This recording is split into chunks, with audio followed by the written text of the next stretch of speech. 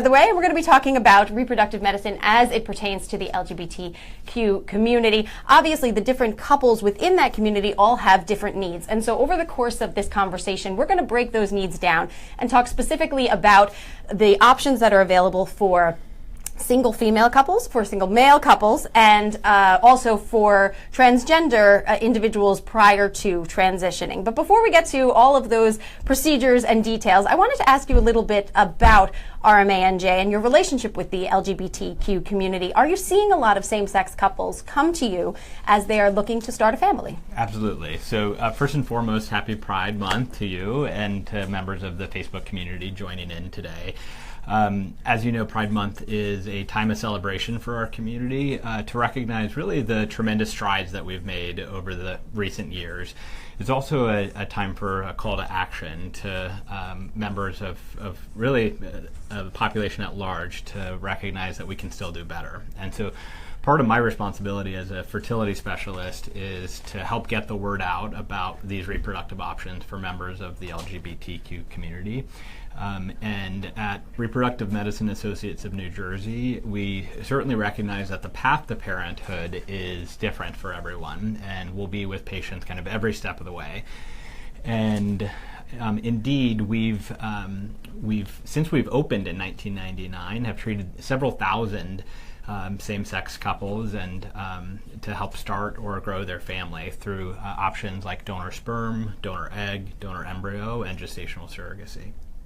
So we're going to talk a little bit, like I said, about all the specifics that are involved with the different members of the community. But I also want to invite our audience to please send us your questions that you might have, any comments that you'd like me to relay to Dr. Kaser. We would be happy to address those questions as the conversation continues. So let's talk a little bit first about lesbian couples, about single-sex female couples.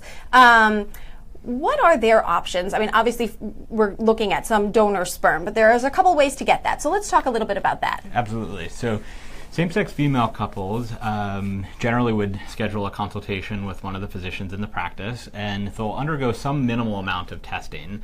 We'll essentially be checking, reviewing their medical history, doing a brief physical exam, typically an ultrasound to check the ovarian reserve and follicle count, and also look at the uterus. We'll also do some basic blood work to look for infectious diseases, and then offer them the option to do genetic testing as well. Typically that process actually only can really be achieved in a single office visit. Right. And we aim to get folks into treatment within about a month of that initial office visit. In the meantime, they're also looking at options for who is going to serve as a sperm donor. And the options there really are, you can work with a known donor, so a friend or perhaps a family member of the partner, for example, and they can use that sperm for either a donor insemination in clinic, like an intrauterine insemination, or depending on other various factors, for in vitro fertilization or IVF. So if most couples don't have someone in their immediate sphere that they can call upon or want to call upon to serve in that capacity. So many of the couples that we see here are working with an anonymous sperm donor. They're essentially, they get referred to various reputable sperm banks across the country and can look online at different profiles. And the couple can essentially choose their ideal sperm donor according to demographic criteria like age of the sperm donor, ethnicity, any significant family history, also reason for sperm donation, and occasionally, it depends on the bank. Occasionally, we'll see like either an adolescent picture or a baby picture of the gentleman donating. And so if they're working with a sperm donor through one of these banks, there are two different types of these anonymous sperm donors. They can essentially work with a completely anonymous arrangement where the couple and any subsequent child would not have access to the identity of the sperm donor. Alternatively, and it is becoming an increasingly more popular option for members of this community, is to match with what's called an identity release or an open ID sperm donor. And this basically protects the right of any future children when they reach the age of 18 that they can reach out to the sperm bank and see if they're able to be put in contact with the gentleman that served as the sperm donor. It also provides, if there was some unforeseen health issue for the offspring, it gives them access to additional workup or additional contact for the gentleman that served as a sperm donor. So I believe some information that you also can get when you're looking at an anonymous sperm donor is their success rate. If they've been a donor before, how many successful pregnancies there have been, maybe a little bit about those children. Is that important information to have as well? Absolutely. So, you can learn not only these demographic criteria and genetic testing that they would have undergone, but also if they've served as a sperm donor previously. Some banks may or may not have whether that resulted in a successful birth. Typically not. But yes, you would certainly have information about that. You'd have information about typically the number of vials of donor sperm available and the type of the way that sample has actually been processed. And that's important as well because you might want to get a couple in case you want to have siblings down the line and use the same donor. Absolutely. So this is all kind of covered in the initial consultation about their family building goals and how many kids they're planning on having, how important it is to have a full kind of genetic sibling, and how many vials of a particular sperm they would want to match with. We typically recommend for folks using an anonymous sperm bank to, if they want multiple children, and if they're undergoing inseminations, typically for a single cycle they'd be purchasing a couple vials of the sperm. And they typically will ship the sperm to one of 3 office locations at RMA that does the frozen sperm insemination. So we offer this at Basking Ridge up north, in Eatontown out by the shore, and then here in Marlton outside of Philadelphia as well. So even if the particular donor has multiple vials of sperm and the couple has chosen to buy additional vials, we encourage them to keep those extra vials on site at the bank, because essentially once it's released to RMA, the sperm bank won't buy back that sperm. So we typically have them shipped kind of as needed to us for the inseminations. If you are looking at someone within your sphere, someone that you know to be a sperm donor, what are the best practices there? What kind of things do you need to take into consideration? How do you have that conversation? Yeah.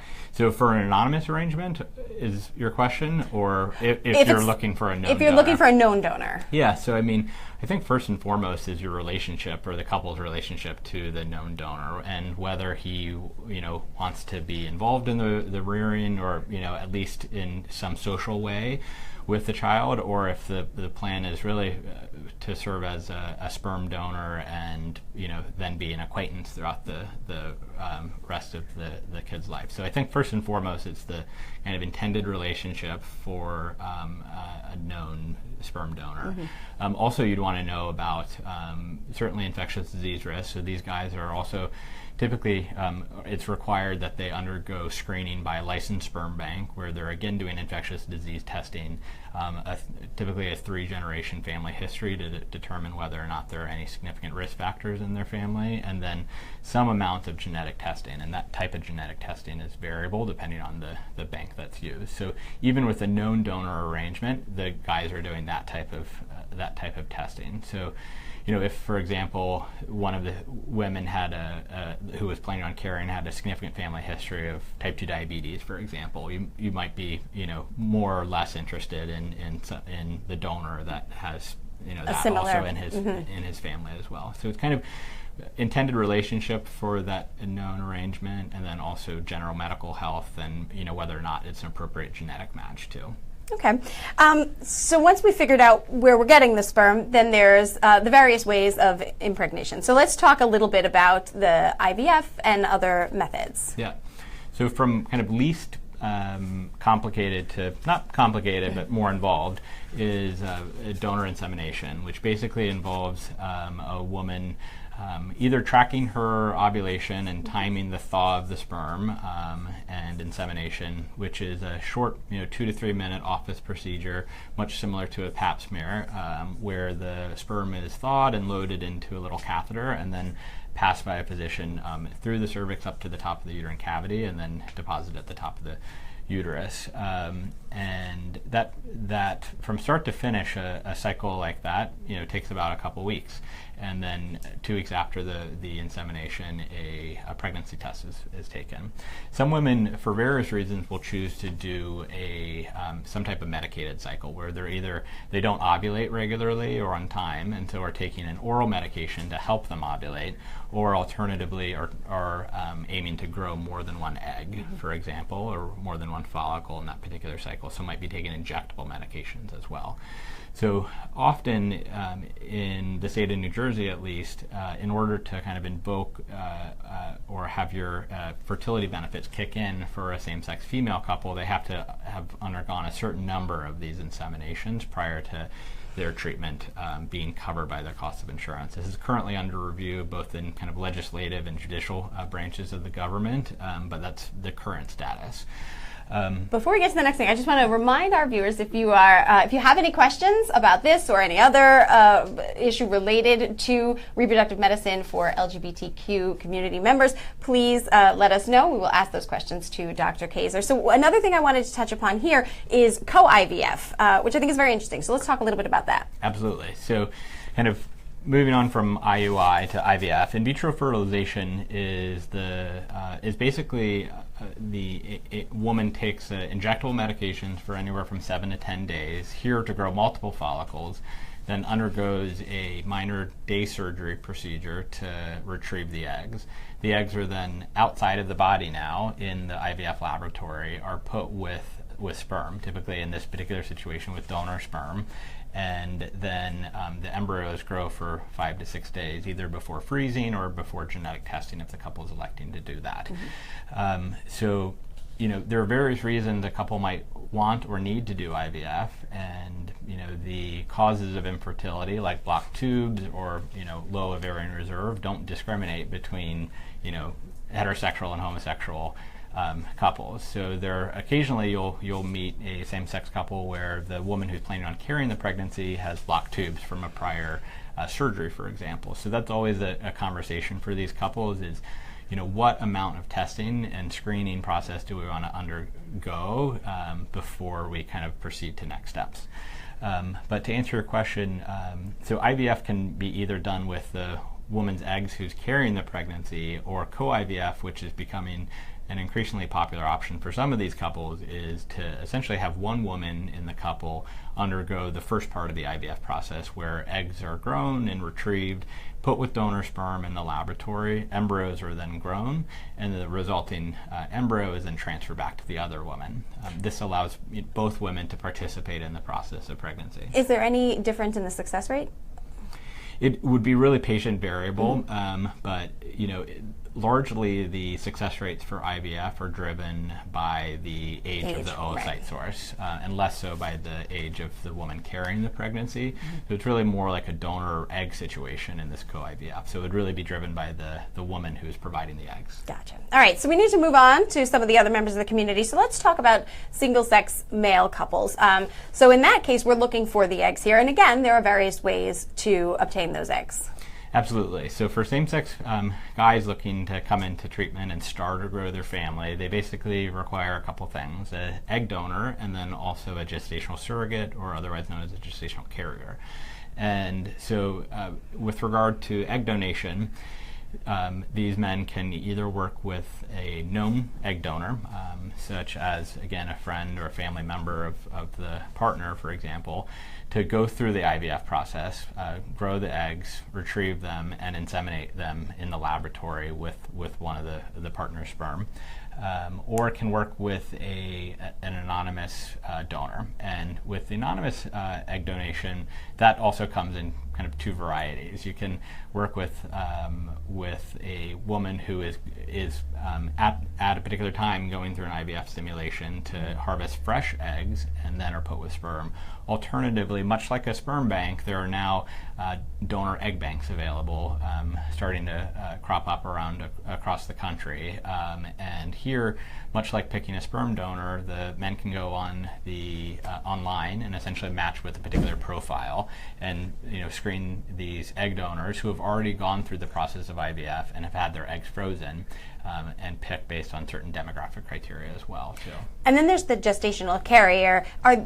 Is this always a three-party system? It is always a three-party system, and believe it or not, it can actually be a four-party system too. So the options for egg donation, so once you have eggs and you have two men, you can essentially do a split insemination as what we call where half the eggs are put with one gentleman's sperm and then half the eggs are put with the other gentleman's sperm. And then the resulting embryo or embryos would be transferred back to a carrier. Wow. So this allows both men to essentially participate in this IVF process, and any resulting kid, if you transferred one at a time and then came back for a second transfer, or alternatively in the rare situation that we're doing two embryos, the resulting kids would be certainly socially would be full siblings, genetically would be half siblings. Amazing. With surrogacy, there are some state laws to be considered. Where are we at right now in New Jersey? So it's a great question. With regard to gestational surrogacy, the United States is somewhat of a patchwork in terms of where these types of arrangements are legal and illegal. And so it's very important to work with a lawyer who specializes in third-party reproduction to help negotiate some of these contracts and legal issues. I often direct my patients to a really tremendous resource online called creativefamilyconnections.com, and this basically shows the landscape of the United States as it currently stands now, and you can essentially click on each state to determine what surrogacy law is based in that particular state. And importantly, the laws that govern these types of relationships are driven by the state of residence for the carrier, not where the intended parents or gentleman would be living. So to answer your question, in New Jersey, surrogacy arrangements are legal. However, paid surrogacy, which is the vast majority of what is done, are illegal currently. Notably, this is also under review with the state right now, but as it stands now, essentially you can't pay a carrier to carry within New Jersey. So what this means for our couples coming to see us at RMA New Jersey is we essentially are matching with carriers outside of the state, and they travel to New Jersey once for a screening appointment and then a second time for the actual embryo transfer. And then they go back to their state of residence, where they initiate the remainder of their obstetric and prenatal care, deliver, and then again, the state of residence is really determining the significant legal issues at play in terms of establishing parentage and also second parent adoption for these couples. We're going to go into the legal aspects in a little bit, but I just want to go into the final portion of this, which is transgender individuals and their fertility preservation options prior to transitioning. So talk a little bit about that, because that sounds complicated. Yeah, so it's not as complicated as it might sound, but over the last 5 or so years, we've been starting to have more and more referrals for members of the transgender community, either prior to transitioning or post-transitioning, where they're looking to come back to start their family. So for transgender women, for example, it is actually a relatively straightforward process where they essentially would be undergoing a semen analysis prior to transition and having several vials of sperm frozen. So ultimately how much they want to freeze depends on their kind of concentration and other factors involved in the actual sperm quality, and then again their kind of future family building plans. Some of the medications that transgender women take during the process of transition and then also post-transition, involving Lupron, high doses of estrogen and so on, can have an effect on spermatogenesis. And so that's the thought. In catching them prior to transition, they can essentially freeze sperm ahead of time and come back for either an insemination of a female partner or IVF, depending on the certain scenario. Transgender men, in distinction, essentially have the option to undergo either egg freezing or embryo cryopreservation, either prior or during a break from their hormonal treatment. Okay. And ultimately, it depends on how the particular patient has transitioned too. Sometimes the ovaries are removed, sometimes the uterus is removed. So particularly in someone who's planning to have an oophorectomy with removal of the ovaries, we aim to catch them prior to this transition, particularly the surgical transition, to allow us to have them undergo an IVF stimulation to harvest eggs, and they can either freeze those eggs to be put with donor sperm in the future or their male partner sperm in the future, or can freeze, essentially inseminate the eggs and freeze embryos at that time. So bottom line, is this a decision that's best made prior to a lot of the hormonal treatments? It's always a conversation, and it's important, and we're starting to see more and more referrals from these specialty clinics that specialize in the treatment of hormonal and surgical treatment for individuals that are looking to transition. So it's definitely an upfront conversation, is easier to have than down the line, but there's still very good options post-transition. Just depends on how the particular individual has transitioned. All right, we have a few more things to talk about, but I just want to remind folks again, if you have some questions or some comments that you'd like to send to us, please do that via Facebook, and we will ask those questions to Dr. Kaser. So I want to talk a little bit, you mentioned about the legal considerations, especially in a surrogacy, in a gestational carrier case. What should people be aware of in terms of post-conception considerations that will protect their rights, their parental rights, also, their family? Absolutely. So this is a really critical point of counseling, and where the reproductive lawyers come into play in terms of delineating line by line the various specific considerations in these arrangements. So the important things for these guys to know before they enter into a gestational surrogacy contract is where the carrier is coming from, where she lives, because again, those laws will be determined by where she's living, not necessarily where the intended parents live. And then secondly, whether that particular state offers either pre-birth orders or what's called post-birth orders. A pre-birth order can basically be specified partway through the pregnancy, and it delineates parentage rights at the time of birth. And so it basically specifies the intended parents are in fact the designated parents for any resulting children from this arrangement. In post-birth states, essentially the intended parents will then, instead of doing a pre-birth order, will go to a court hearing within typically 3 to 5 days of the birth of the child to then establish their legal parentage rights. So then in a pre-birth order, would that mean no third party's name is on that birth certificate? It is simply the... Great question. Also variable state to state. Okay. So that Creative Family Connections is really the best resource to check in on a particular state. But often it is, in many states, it is the biologic father of the child. And then in some states, you're allowed prior to delivery to specify both fathers as a parent. And a common question for these guys is, am I going to be listed as two fathers, or how is it listed on the birth certificate? It's typically listed as parents. Okay.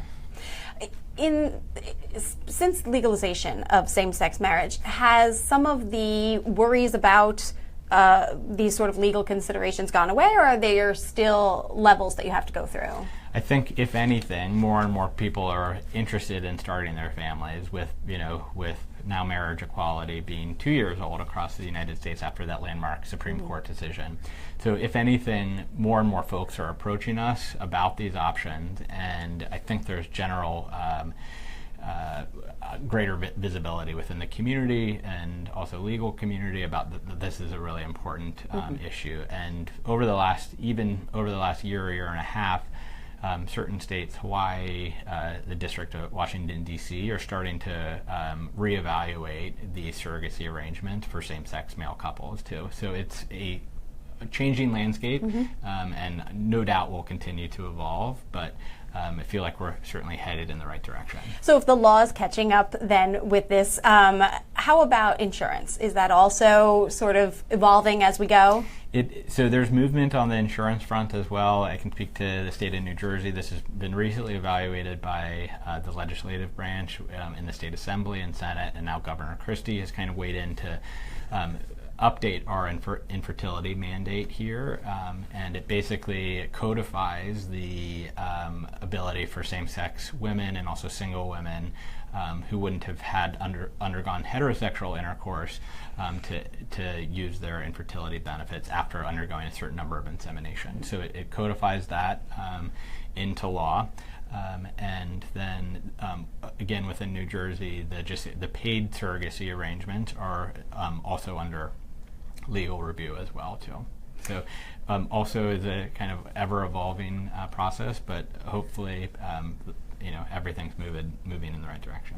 So when we talk about these things, it certainly sounds, there's a lot of clinical stuff that we have to discuss, a lot of procedural stuff and logistical stuff, but the bottom line is what you're doing here is you're creating families, and so it must be very rewarding business to be in. Absolutely. I mean, this gives me tremendous kind of personal and professional joy to be able to participate in the care of these couples. And bottom line is these are, adults that are making decisions for themselves, and there's scientific and medical progress that's been made in the last 15 or 20 years that allows them to have their own biologic children. And part of my responsibility is, again, getting the word out about various options and frankly kind of crafting a program at clinics like RMA New Jersey that can specialize in the care of these patients. There are kind of unique considerations for appropriate care for these patients, and it's important to have employees undergo sensitivity training and what pronouns to use and how to address patients and make sure that your forms are up to date and inclusive and so on. So it's from the bottom up. It's an important thing to evaluate a program by. So we at RMA New Jersey have a designation from the Human Rights Campaign in terms of we've met certain criteria to show that we have proven excellence in the care of these patients, and so that's something I'm really proud of to be a part of as well. So again, it's everyone's path to parenthood is different, and it is indeed a tremendous opportunity to be able to help these folks start or grow their families. So obviously the folks viewing this know where to find you on Facebook, but if you could just let them know your website as well. Sure, yeah. So you can essentially find me on Facebook. You can search Daniel Kaser. You can also look on our website at rmanewjersey.com. It's a new revision of our website. It's rmanj.com. And then you can explore your options, and there's a new section for LGBTQ community. Also, if patients are looking to register to see a physician, they can go to a particular page on that website, rmanj.com/lovewins, and that will allow patients to register online too. And then the third point I would mention is there's a new closed private group on Facebook called The Path, as in the Path to Parenthood.